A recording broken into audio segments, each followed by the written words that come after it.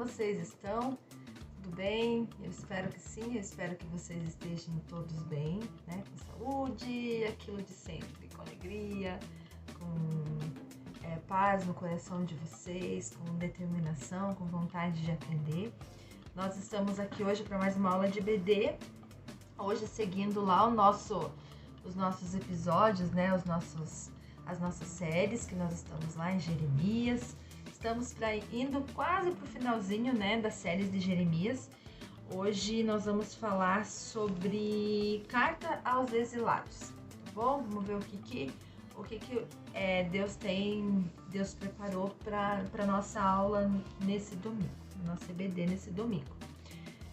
Antes da gente dar continuidade, eu gostaria de orar com vocês, né, agradecendo a oportunidade que a gente tem de aprender, né, mais e mais desse Deus tão maravilhoso que tem nos ensinado e cuidado de nós. E assim como vocês hoje no nosso estudo, aqui na nossa aula, inclusive, a gente vai aprender que Deus nunca desampara, né? Deus nunca deixa, as misericórdias dele se renovam mesmo, todas as manhãs sobre as nossas vidas.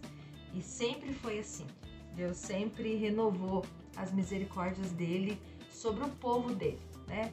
Lá no passado, que eram os judeus, o povo de Deus, né? Separado, o povo separado para Deus, para adoração a Deus. E hoje nós, como resgatados em Cristo, somos o povo de Deus, né? Então hoje a gente vai aprender um pouquinho mais sobre isso, né? E eu espero que vocês gostem desta aula e aprendam, né, com esta aula e coloquem tudo aquilo que vocês aprendem em ação, né? Coloquem tudo aquilo que vocês aprendem no dia a dia de vocês, na vida de vocês, tá bom? Mas antes a gente vai então orar a Deus, agradecendo por esta oportunidade, por este momento, tá? Fechem os olhos de vocês e vamos orar. Senhor nosso Deus, nós somos muito gratos, ó Pai, pelo Teu amor, pelo Teu cuidado. Assim como temos dito, Pai, diariamente, nós somos muito gratos, Senhor, por tudo que o Senhor tem feito. Guarda, Senhor, cuida, Pai, ampara cada criança, Pai amado, que esteja assistindo esse vídeo. Todas as crianças na face da terra tenham o privilégio e a oportunidade de Te conhecer. Em nome de Jesus, recebe a nossa adoração, recebe o nosso louvor e nos dê entendimento da Tua palavra. Para a honra e glória do Teu santo nome, no nome de Jesus. Amém. Amém, crianças? Então vamos lá. As coisas, elas, daquele tempo, né? Aliás, as coisas, elas mudam todos os dias, né? A gente vê uma grande mudança em tudo, por exemplo. Da minha geração para a geração de vocês, por exemplo. Eu já vejo uma mudança muito radical em tudo. Dos avós de vocês para a geração do pai de vocês, né? E assim por diante. A gente sempre vai vendo evoluções, né? A humanidade vai evoluindo. Mas Deus, ele é sempre o mesmo. Ele nunca muda. A palavra dele era uma e ela vai continuar sendo sempre a mesma palavra. Eu já falei para vocês aqui que Deus, ele não muda conforme o tempo passa, né? A gente muda, mas Deus não. Deus, ele é sempre o mesmo, né? Mas, né, falando em mudança, hoje em dia, quando a gente quer se comunicar, quando você quer se comunicar com alguém, né? Mandar uma mensagem para alguém. Por exemplo, você tem um amigo que morava perto da sua casa e agora ele não mora mais perto da sua casa, ele foi embora. E você quer mandar uma mensagem para ele. O que você usa para mandar essa mensagem? Na minha época, era muito difícil a gente ter telefones em casa, né? Nós não tínhamos telefone em casa, por exemplo. Tinha um telefone na comunidade onde eu morava e a gente ia até lá quando queria se comunicar, assim, né? Nós nos comunicávamos muito por cartas, né? Mas hoje em dia não, né? Hoje em dia a gente tem o quê? A gente tem o celular, a gente tem o telefone, enfim, né? Maioria das pessoas, eu acho que, não sei se alguém ainda, para mandar alguma coisa assim para uma pessoa, usa carta. Tem, pode ser que tenha. Mas ainda são poucas, né? A gente usa mais o WhatsApp, que é muito rápido, hoje as mensagens chegam muito rapidinho. A gente manda uma mensagem por telefone ou até mesmo liga, né? Quando a gente precisa falar mais rápido, a gente liga. Mas nem sempre foi assim, como eu falei para vocês, nem sempre foi assim, com agilidade nas respostas. No tempo lá de Jeremias, né? Que é o profeta que a gente está falando, que é a série que nós estamos estudando, não havia nada desses negócios de telefone, enfim, eles se comunicavam por cartas. Então, quando eles precisavam fazer uma comunicação com alguém, eles faziam por carta. E foi isso, e é essa carta hoje que eu vou ler para vocês. É uma carta que Jeremias escreveu ao povo de Jerusalém, ao povo judeu, enfim, ao povo de Israel, quando eles estavam no exílio da Babilônia, né? A Babilônia, ela ficava a mais de 1000 quilômetros de Jerusalém. E era lá onde estava grande parte do povo de Judá. Depois que o rei da Babilônia, né, Nabucodonosor, invadiu o país e levou eles cativeiros. Nossa, mas por que o Nabucodonosor levou eles a cativeiros? Nós estudamos alguns episódios atrás, e eu só vou dar uma leve pincelada nisso, aonde Deus alertava, né? Deus vinha falando para Jeremias, alertar o povo para eles se arrependerem dos seus pecados, para eles pararem com as idolatrias, para eles se voltarem para Deus, porque Deus iria pesar, não é que Deus iria castigar o povo, né? Mas Deus não compactua com o pecado. Então, automaticamente, se Deus não compactua com o pecado e eu continuo pecando contra Deus, eu estou à deriva do mal, né? Tudo pode me acontecer. Se não são as misericórdias do Senhor sobre a minha vida, é morte na certa, ou é sofrimento na certa, enfim. O povo, na época, a maioria dele, não queria saber de Deus, né? Deus enviava os profetas, enviou Jeremias e ia enviando profetas, e o povo não queria saber, queria dar mais atenção às coisas do mundo, aos falsos profetas, do que a palavra de Deus e do que se voltar para Deus, né? Não queriam saber. É como se hoje falássemos de Jesus para alguém e a pessoa não quer Jesus, né? A gente conversa, né? A mesma coisa vocês conversar com um amiguinho, falar do amor de Jesus, falar do quanto ele é maravilhoso, do quanto ele tem guardado as nossas vidas, mas a pessoa não quer, né? Tem muitas pessoas que não crê, que não acreditam, né? E naquela época, o povo de Deus não queria saber de Deus. Eles queriam viver a vida sozinhos, não queriam depender de Deus. E foi aí aonde certamente não ia dar certo, né? Enquanto eles viviam na proteção de Deus, fazendo o que era certo, cumprindo tudo aquilo que o Senhor tinha ordenado que eles cumprissem, era outra vida, né? Era mil maravilhas, eles venciam todas as guerras que eles lutavam, eles não eram, pelo contrário, eles cresciam em números, eles não eram, no caso, ninguém vinha invadir eles, nas guerras eles não perdiam. Mas a partir do momento que eles deixaram Deus de lado para voltar às idolatrias e todos os seus pecados, desobediência a Deus, não é que o Senhor não tinha o que fazer, não, né? Não é isso. Deus é poderosíssimo, mas o povo não queria. Entendam uma coisa, quando você não quer a proteção, quando você não quer obedecer, não tem o que fazer, não tem o que fazer. Por exemplo, quando a sua mãe diz tal coisa para você fazer, mas você não faz aquilo, né? Você faz algo totalmente ao contrário do que os seus pais falaram para você fazer. Vai dar certo? Não vai dar certo. Mas é porque a sua mãe não te ama? É porque o seu pai não te ama? Não, não é porque eles não te amam. É porque você optou em fazer algo errado. E o povo o povo judeu, eles foram invadidos pelo rei Nabucodonosor, a cidade de Jerusalém foi invadida, e eles foram levados como cativos, como prisioneiros, como escravos para a Babilônia. Então, lá na Babilônia, eles ficaram, vocês vão ver aqui na carta, eles ficaram por 70 anos lá vivendo como escravos, onde eles tinham liberdade com Deus quando eles desobedeceram, quando eles foram não queriam mais seguir os preceitos de Deus, não queriam mais fazer a vontade de Deus. Veio o rei Nabucodonosor e pegou todo mundo, colocou numa carroça, alguns a pé, e levou como exilados para a Babilônia. E lá eles ficaram sendo escravos desse povo, trabalhavam para eles, não tinham liberdade, né? Não era a terra deles, eles foram levados cativos, eles ficaram presos nesse lugar que foi a Babilônia por 70 anos.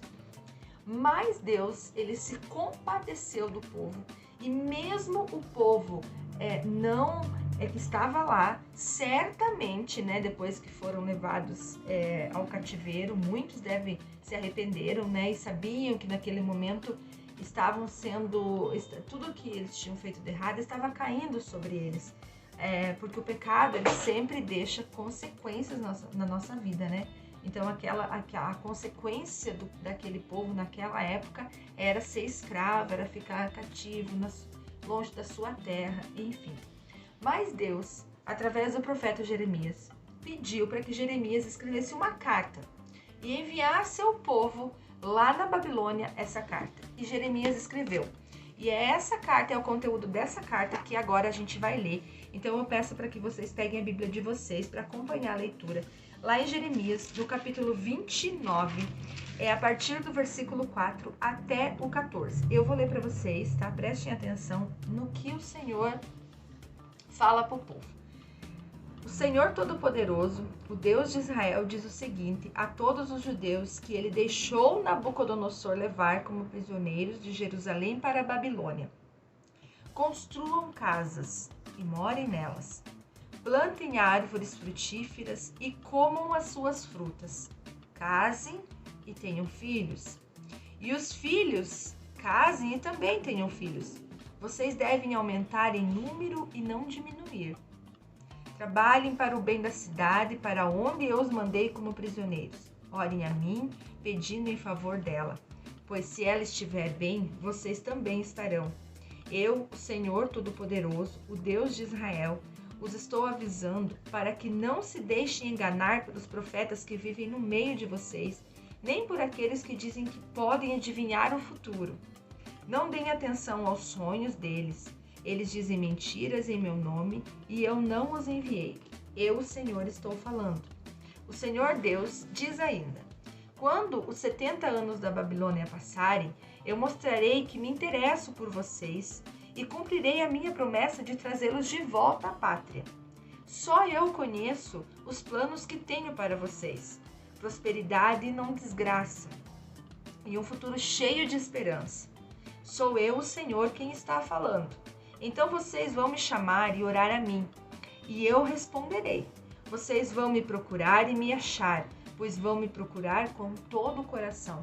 Sim, eu afirmo que vocês me encontrarão e eu os levarei de volta à pátria. Eu os ajuntarei de todos os países e de todos os lugares por onde os espalhei. E levarei vocês de volta à terra de onde eu os tirei e levei como prisioneiros. Eu, o Senhor, estou falando. Então, aqui o que a gente tira disso, né? Que mesmo aquele povo sendo um povo duro de coração, mesmo aquele povo sendo um povo que procurava perseguir os profetas que Deus enviava, não davam ouvidos ao que Deus tinha para eles, faziam tudo errado. Deus mandava eles seguir por um caminho, eles seguiam por outro. Deus falava para eles não adorar a nenhum Deus, eles adoravam. O Senhor dava um caminho, traçava uma direção e aquele povo não queria e não se arrependia. Tanto que eles foram levados como cativeiros, Deus os entregou nas mãos, né, do povo de Babilônia, de Nabucodonosor, foram levados como prisioneiros. Estavam lá numa cidade que não era deles, num país a mais de 1000 quilômetros da sua terra natal. E mesmo assim, Deus não os abandonou, pelo contrário.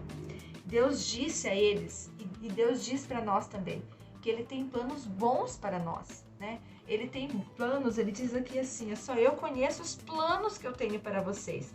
Prosperidade e não desgraça. E um futuro cheio de esperança. Então era para o povo voltar os olhos para Deus, era para o povo entender que aquilo ali que eles estavam passando era uma consequência do pecado e da falta de obediência deles. Se voltar para Deus, orar, procurar Deus de todo o coração, que eles o achariam, que eles achariam Deus, que Deus estava disposto, Deus está sempre disposto a nos resgatar. Deus está sempre disposto a nos trazer de volta.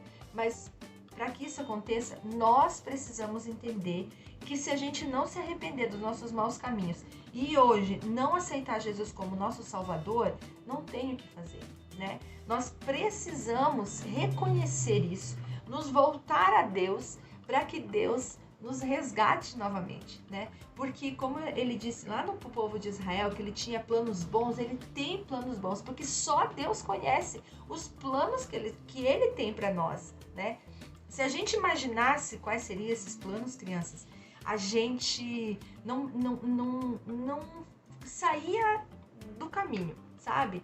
Mas ele diz que só ele sabe. E esses planos, e nós temos que crer que esses planos de Deus são bons. São planos de prosperidade, são planos de esperanças, de algo muito melhor, não é verdade? Então o povo naquela época recebeu essa mensagem. Deus falou que era para eles casarem, que era para eles continuarem uma vida, que era para eles pedir para que Deus abençoasse a cidade onde eles moravam, que era para eles crescer em números, né, e não diminuir, né, porque eles seriam sim uma grande nação ainda, eles são uma grande nação. E Deus ajuntaria eles de volta e levaria de volta para Jerusalém, para a terra deles, para o país deles. Então, mesmo o povo sendo um povo duro de coração, Deus ainda assim, nunca, jamais, em nenhum momento abandonou esse povo, né?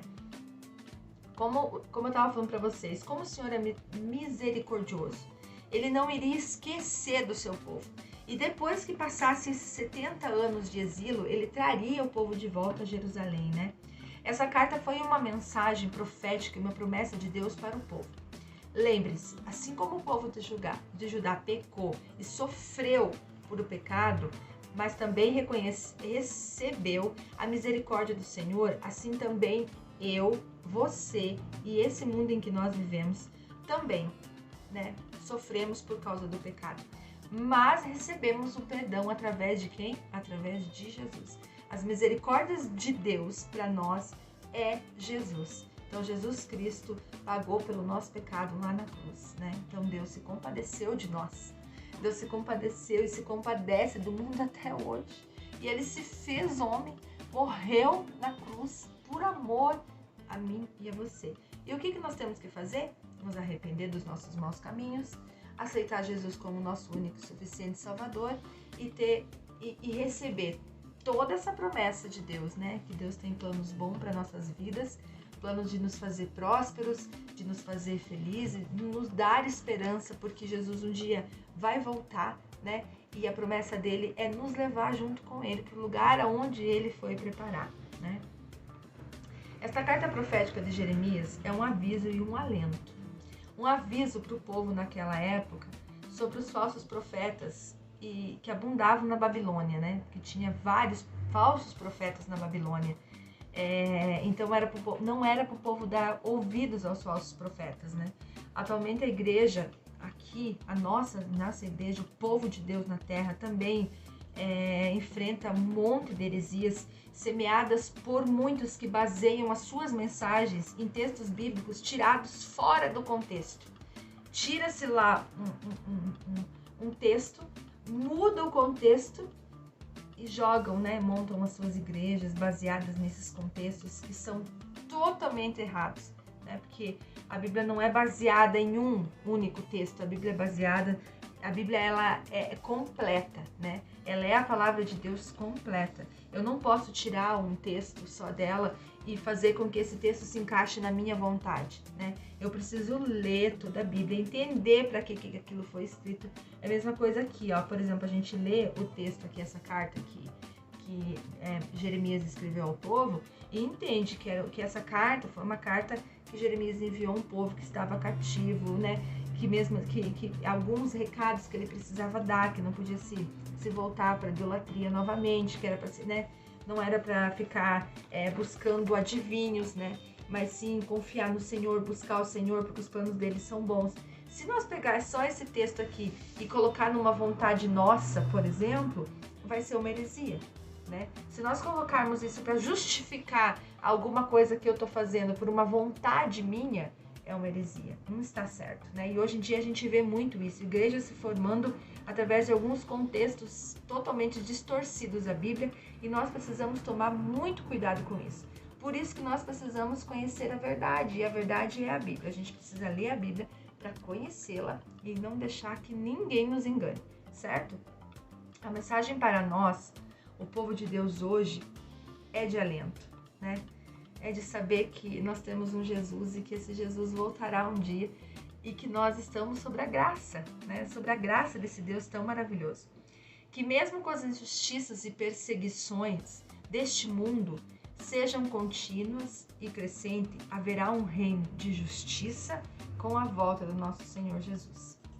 Haverá, crianças, a esperança em Jesus, né? A gente vê muita injustiça, muita coisa acontecendo, mas nós temos um alento através dessa carta que um dia Jeremias escreveu ao povo de Jerusalém, que estava de Jerusalém, o povo judeu, no caso, né, o povo que estava como escravo na Babilônia. Hoje nós pegamos esse texto e serve como um alento para o nosso coração e uma certeza de que Deus está no controle de todas as coisas e que um dia Jesus voltará e nos levará com ele, né? A gente não sabe o dia, não sabe a hora, talvez demore, talvez não demore, mas a gente pode ter certeza que quem está com Jesus não perde jamais. Eu quero deixar um texto que, inclusive, eu particularmente amo muito. Sempre que eu me vejo triste por algum motivo, eu lembro desse versículo bíblico que está lá em Jeremias 29:13, e realmente serve como um alento. Eu saber que eu sou filha de Deus e que Deus está comigo em todo o tempo. E eu quero deixar ele para vocês hoje, para que vocês decorem e lembrem-se sempre na vida de vocês. Diz assim, ó: vocês me procurarão e me acharão quando me procurarem de todo o coração. Deus está disponível quando a gente procura ele de todo o nosso coração, tá bom? Quando a gente se arrepende e volta os nossos olhos para Deus. Deus, ele é muito misericordioso e a Bíblia também diz que as misericórdias dele se renovam todas as manhãs, tá? Crianças, eu espero que vocês tenham gostado desta aula e eu espero que vocês não esqueçam disso, jamais na vida de vocês.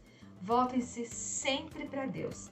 Às vezes nós somos humanos, somos falhos, somos pecadores, mas Cristo não. E Cristo nos ama acima de todas as coisas. E quando a gente se arrepende de todo o nosso coração e se volta para Deus e procura Ele, Ele se deixa achar por nós. Ele está sempre disponível para nós, tá bom? Um beijo no coração de vocês. Até a próxima aula. Tenham um domingo abençoado e uma semana cheia de alegrias, tá? Tchau, crianças. Até. Beijos.